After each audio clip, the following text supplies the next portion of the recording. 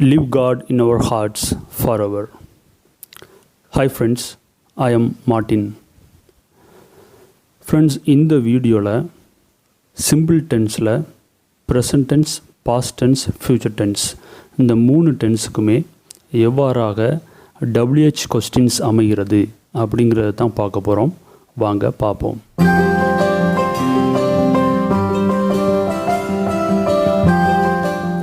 So friends, இங்கே பாருங்கள், first இந்த பாடத்துக்குள்ளே போகிறதுக்கு முன்னாடி நீங்கள் இந்த 3 விஷயங்கள் கண்டிப்பாக தெரிஞ்சுக்கணும். ஸோ WH கொஸ்டின்ஸ், இந்த WH கொஸ்டின்ஸில் மொத்தம் 13 வார்த்தைகள் இருக்குது, சரியா? ஸோ இதற்கான இந்த வார்த்தைகளுக்கான அர்த்தம், விளக்கம் எல்லாமே ரொம்ப தெளிவாக ஏற்கனவே verbs நடத்தும் போதில் நடத்தியிருக்கேன். ஸோ அதனால் அந்த வீடியோவை கொஞ்சம் பாருங்கள், பார்த்து இந்த வார்த்தைகள்லாம் எங்கே பயன்படுத்தணும் அப்படிங்கிறது தெளிவாக புரியும். அடுத்தது 2வது, இந்த WH கொஸ்டின்ஸை படிக்கிறதுக்கு முன்னாடி SR/No கொஸ்டின்ஸ் எவ்வாறாக அமைகிறது அப்படிங்கிறத கண்டிப்பாக படிக்கணும். ஸோ அதை படித்தா தான் இந்த இடத்துக்கு வர்றது எளிதாக இருக்கும், சரிங்களா? அடுத்தது 3வது, WH questions for do verbs and main verbs, அதுதான் நம்ம இங்கே பார்க்க போகிறோம், சரிங்களா? ஏற்கனவே WH கொஸ்டின்ஸ் ஃபார் verbs ஏற்கனவே நடத்திட்டேன். அதாவது verbsன்னு சொல்லுவோம் அல்லது ஆக்சிலரி வேர்ப்ஸ்ன்னு சொல்லுவோம். ஸோ அதை ஏற்கனவே நடத்தியாச்சு, சரிங்களா? ஸோ அதனால் இதுக்கு முன்னாடி உள்ள வீடியோஸை நீங்கள் வரிசையாக பார்த்தீங்க அப்படின்னு சொன்னால் கண்டிப்பாக உங்களுக்கு புரியும், சரிங்களா? ஸோ ஆரம்பத்திலேருந்து அடிப்படையிலேருந்து வரிசையாக நடத்திக்கிட்டே வர்றேன். ஸோ இந்த ப்ரொனவுன்லேருந்து ஆரம்பிச்சிருப்போம், சரியா? அதுதான் அடிப்படை, அங்கேருந்து தான் ஆரம்பிக்கணும். ஸோ அங்கேருந்து தான் ஆரம்பிச்சிருக்கும். ஸோ வரிசையாக நீங்கள் படிச்சுட்டு வந்தீங்கன்னா உங்களுக்கு புரியும்.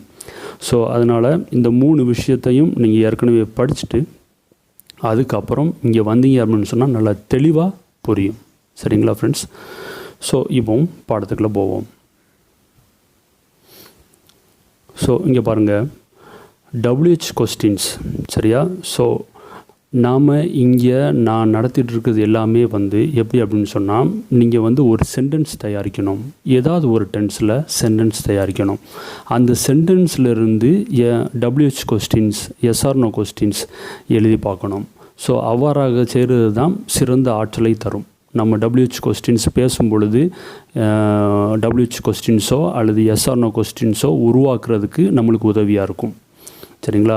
நம்ம யாருமே நேரடியாக கொஸ்டின்ஸ் படிக்க மாட்டோம். நம்ம எல்லாருமே என்ன செய்வோம், பேசுவோம். ஸோ பேசும்பொழுது சென்டென்ஸ் தான் பயன்படுத்துவோம், நிறைய சென்டென்ஸ் பயன்படுத்துவோம், சரியா? ஸோ அந்த சென்டென்ஸு தான் நிறையா பயன்படுத்திகிட்டு இருக்கிறதுனால அந்த சென்டென்ஸ்லேருந்து என்ன செய்யணும், கேள்வி தயாரிக்க பழகணும். ஸோ அவ்வாறாக பழகும் பொழுது தான் நம்ம பேசும் பொழுது கேள்வியும் கேட்க முடியும், பதிலும் சொல்ல முடியும், ஒரு சென்டென்ஸாகவும் நம்ம என்ன செஞ்சுக்கலாம், பேசிக்கிட்டே போகலாம், சரிங்களா? ஸோ அந்த அடிப்படையில் தான் நடத்திக்கிட்டு இருக்கேன். ஸோ அதனால் நீங்கள் ஃபஸ்ட்டு ஒரு சென்டென்ஸ் தமிழில் எழுதுங்க, அதுக்கப்புறம் அந்த சென்டென்ஸை இங்கிலீஷில் எழுதுங்க, அதுக்கப்புறம் அங்கேருந்து என்ன செய்யுங்க, SR/No கொஸ்டினாக WH கொஸ்டினாக மாற்றுங்க. ஸோ மாற்றிக்கிட்டீங்க அப்படின்னு சொன்னால் உங்களுக்கு நிறைய கேள்விகள் கேட்கக்கூடிய ஆற்றல் பிறக்கும், ஓகே தானே? ஸோ இங்கே பாருங்கள், தமிழில் ஒரு சென்டென்ஸ் எழுதியிருக்கேன், நாங்கள் மைதானத்தில் விளையாடுகிறோம், சரிங்களா? ஸோ இப்போ இதை இங்கிலீஷில் எழுதணும் அப்படின்னு சொன்னால் we play in the ground, சரிங்களா?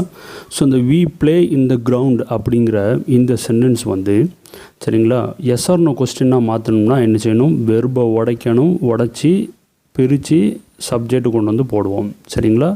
இப்போ இது ஒரு SR/No கொஸ்டினாக மாறிடுது. இப்போ இங்கே இருந்து தான் என்ன செய்யணும், WH கொஸ்டினை மாற்றணும், சரிங்களா? ஸோ எப்படி மாற்றணும், இங்கே பாருங்கள். ஸோ நாங்கள் எங்கே விளையாடுகிறோம். ஸோ எங்கேங்கிறது இடத்த குறிக்கிறது, அப்படி தானே?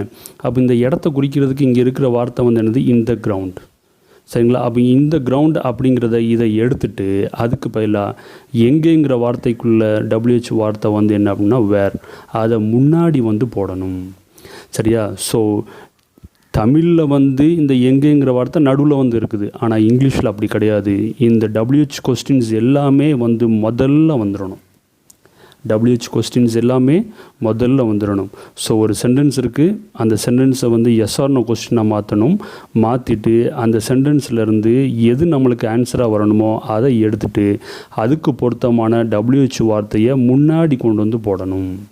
ஸோ போட்டுட்டோம் அப்படின்னு சொன்னால் இங்கே டூ வி ப்ளே இந்த கிரவுண்டில் வந்து இந்த கிரவுண்டு தான் ஆன்சராக வரணும். சரியா, அதுதான் இடத்த குறிக்கிறது. ஸோ அதை எடுத்துட்டு அதுக்கு பதிலாக வேறுங்கிற வார்த்தையை முன்னாடி கொண்டு வந்து சேர்த்தோம் அப்படின்னு சொன்னால் என்ன ஆயிரும், வேர் டூ வி ப்ளே.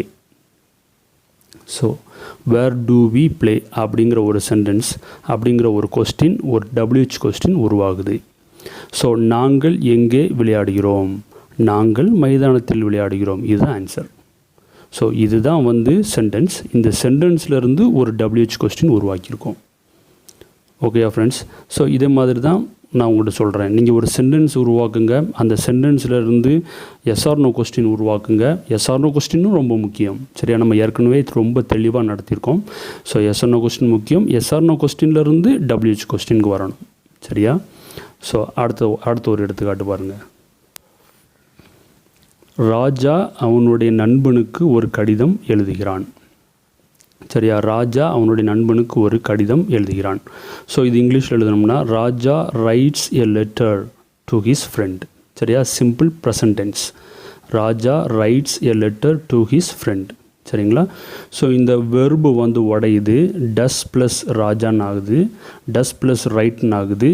சரியா, சப்ஜெக்ட் நடுவில் வருது. ஸோ இதனால் இது ஒரு எஸ்ஆர்னோ கொஸ்டினாக மாறிடுது. சரிங்களா?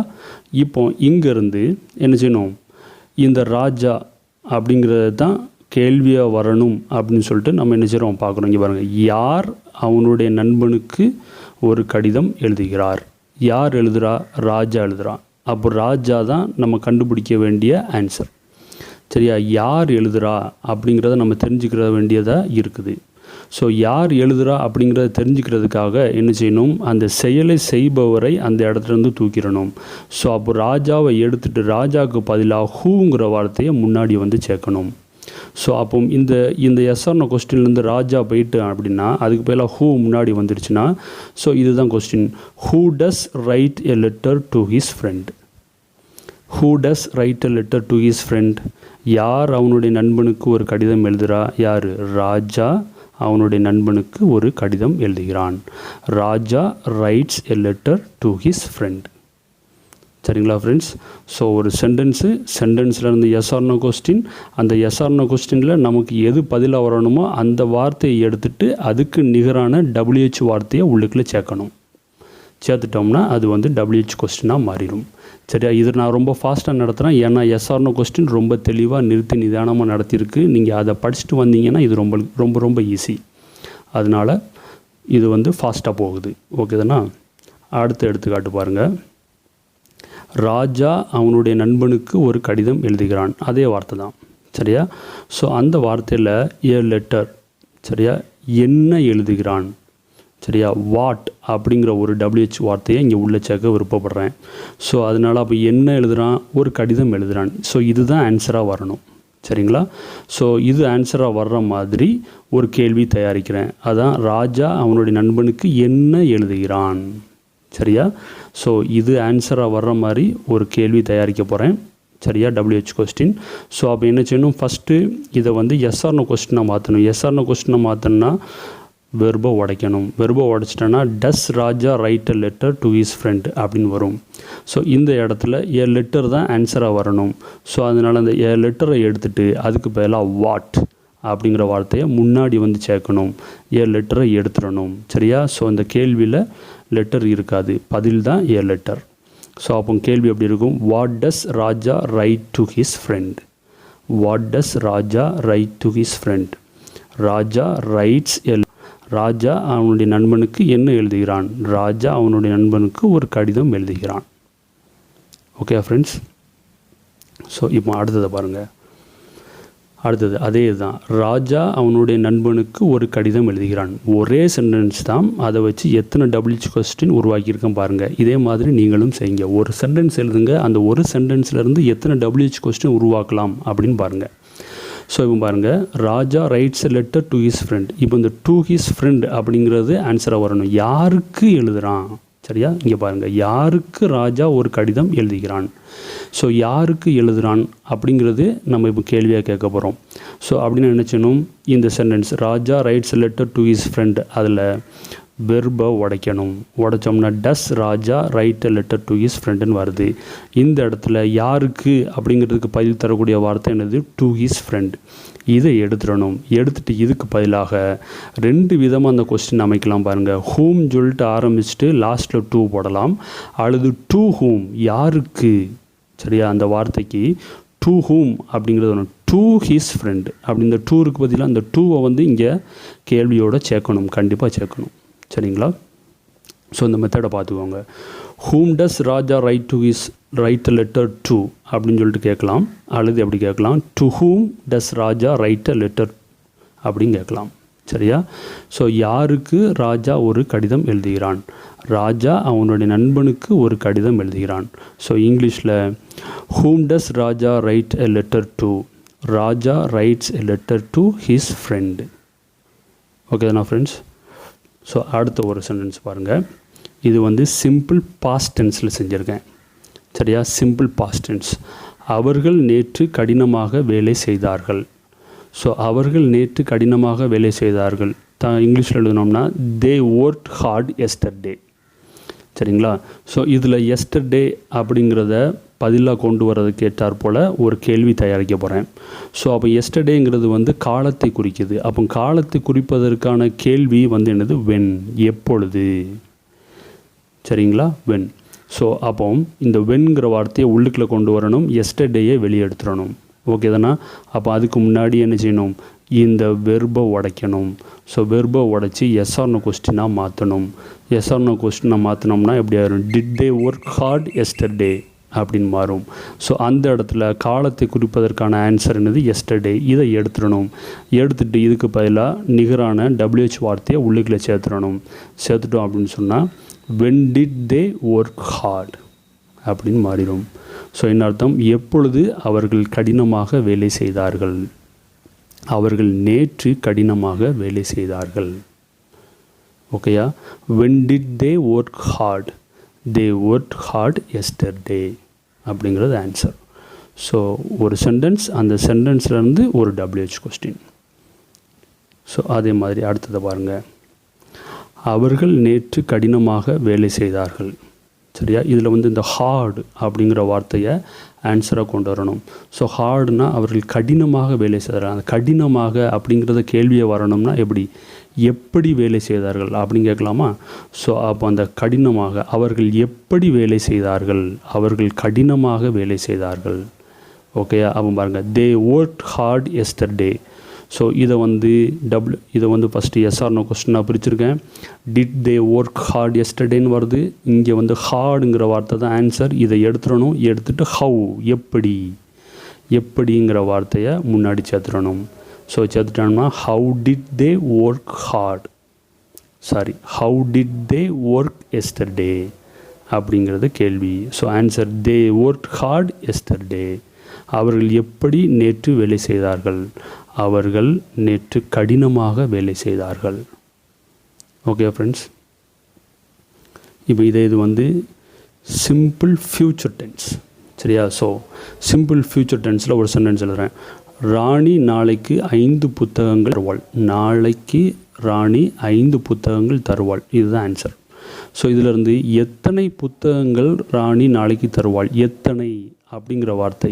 ஸோ எத்தனைன்னா வந்து என்னது? எண்ணிக்கை, சரியா? ஸோ அப்போ வந்து 5, சரியா? ஸோ அதுதான் ஆன்சராக வரணும். அப்போ இந்த தான் ஆன்சராக வரணும்னா எத்தனைங்கிற வார்த்தைக்கு WH வார்த்தை வந்து என்னது? ஹவு மெனி அப்படிங்கிறது தான் WH வார்த்தை, சரிங்களா? ஸோ இப்போ இந்த ராணி வில் கிவ் 5 books tomorrow அப்படின்னு இங்கிலீஷில் எழுதிக்கிறணும். ஸோ அதுக்கப்புறம் இங்கேருந்து என்ன செய்யணும்? வெர்பை உடச்சி எஸ்ஆர்னோ கொஸ்டினாக மாற்றணும். எஸ்ஆர்னோ கொஸ்டினாக மாற்றினா will Rani give 5 books tomorrow அப்படின்னு மாறுது. ஸோ அங்கேருந்து என்ன செய்யணும்? இந்த 5ங்கிறது ஆன்சராக வரணும். எத்தனை? 5 புத்தகங்கள். ஸோ அப்போ அந்த 5ங்கிற அந்த வார்த்தையை எடுத்துகிட்டு அதுக்கு பதிலாக எத்தனை அப்படிங்கிறதுக்கு நிகரான WH வார்த்தை என்னது? How many. ஸோ இந்த வார்த்தையை உள்ளுக்குள்ளே சேர்க்கணும். எங்கே சேர்க்கணும்? ஃபஸ்ட்டு தான் சேர்க்கணும். அதே நேரத்தில் இந்த வார்த்தை கூட வரணும் பாருங்கள். ஹவு மெனி புக்ஸ், சரியா? 5 books. ஸோ இந்த ஹவு மெனி அது கூட வந்து இந்த புக்ஸுங்கிற வார்த்தையை உள்ளுக்குள்ளே சேர்க்கணும். கூட தான் வரணும், சரிங்களா? ஹவு மெனின்னு வரும்போதுல அந்த எண்ணிக்கை அந்த புத்தகங்களும் சேர்ந்து கூடயே வரணும். சரிங்களா ஃப்ரெண்ட்ஸ், இதை கொஞ்சம் கவனமாக பார்த்துக்கோங்க.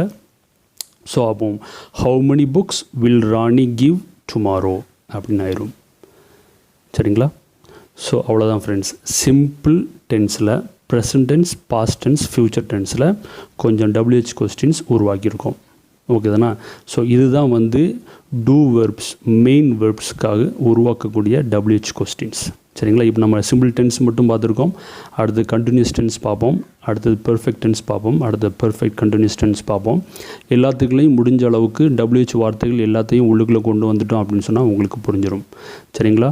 ஸோ WH கொஸ்டின்ஸ் உருவாக்குறது ரொம்ப முக்கியம். அது படிக்கணும். அது படித்தாதான் உரையாடலில் WH வார்த்தைகள் கேட்க முடியும், WH கொஸ்டின்ஸ் பேச முடியும். ஓகே தானே?